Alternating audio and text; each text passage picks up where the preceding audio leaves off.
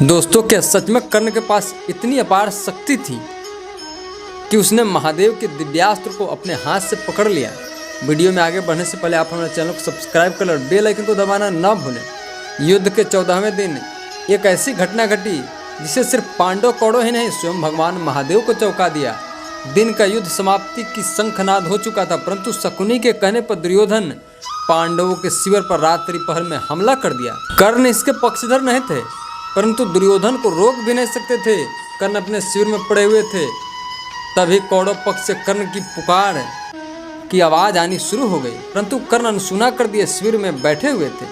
तभी वहाँ शकुनी मामा आकर कहते हैं कि कर्ण युद्ध भूमि में चलो, वरना तुम्हारे मित्र दुर्योधन का अंत समझो।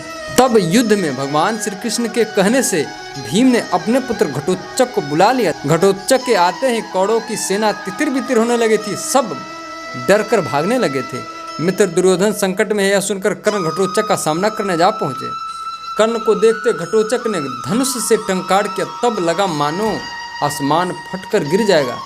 कर्ण और घटोत्कच के बीच महायुद्ध शुरू हो गया। दोनों तरफ से दिव्यास्त्रों की वर्षा होने लगी। घटोत्कच छाड़ा राक्षसी प्रवृत्ति का, वह अपनी माया से कर्ण के हरेक बाण को निगल जाता था। अनेक रूप बनाकर कौरव सेना पर भी आग की वर्षा करने लगा था। कर्ण अपने कौशल से घटोत्कच के हरेक माया को खत्म कर देते थे।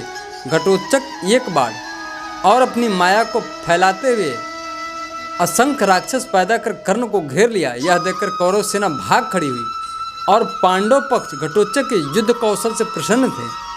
युद्ध भूमि में अकेले कर्ण डटे रहे और घटोत्कच का सामना करते रहे और उसके माया को समाप्त करते रहे। कर्ण के पराक्रम पर घटोत्कच के अत्यंत गुस्से में आ गया और उसने 8 चक्र वाले रुद्र से निमित्त भगवान शिव का दिव्यास्त्र कर्ण पर चलाया। कर्ण बड़ी आसानी से उस दिव्यास्त्र को अपने हाथ से पकड़ लिया और उसे वापस घटोत्कच पर ही चला दिया। कर्ण की इस अद्भुत शक्ति को देखकर वहां मौजूद सभी योद्धा और देवता भी आश्चर्यचकित हो गए कि स्वयं भगवान महादेव का अस्त्र जिसे इतनी आसानी से कर्ण ने पकड़ लिया। कौरव पक्ष यह देखकर कर्ण की जयकार करने लगे। घटोत्कच अपनी संपूर्ण शक्ति का आह्वान कर एक बार फिर कौरव सेना पर टूट पड़े और सेना का विध्वंस। कर्ण के द्वारा चलाए गए हर एक बाण विफल होने लगे।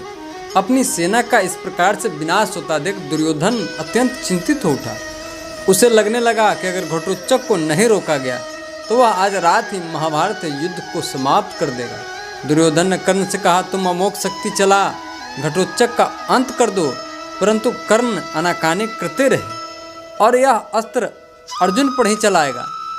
परंतु घटोत्कच की विनाशकारी रूप और अपने मित्र की दुख को देखकर कर्ण ने घटोत्कच पर अमोघ अस्त्र छोड़ दिया और उसका अंत कर दिया।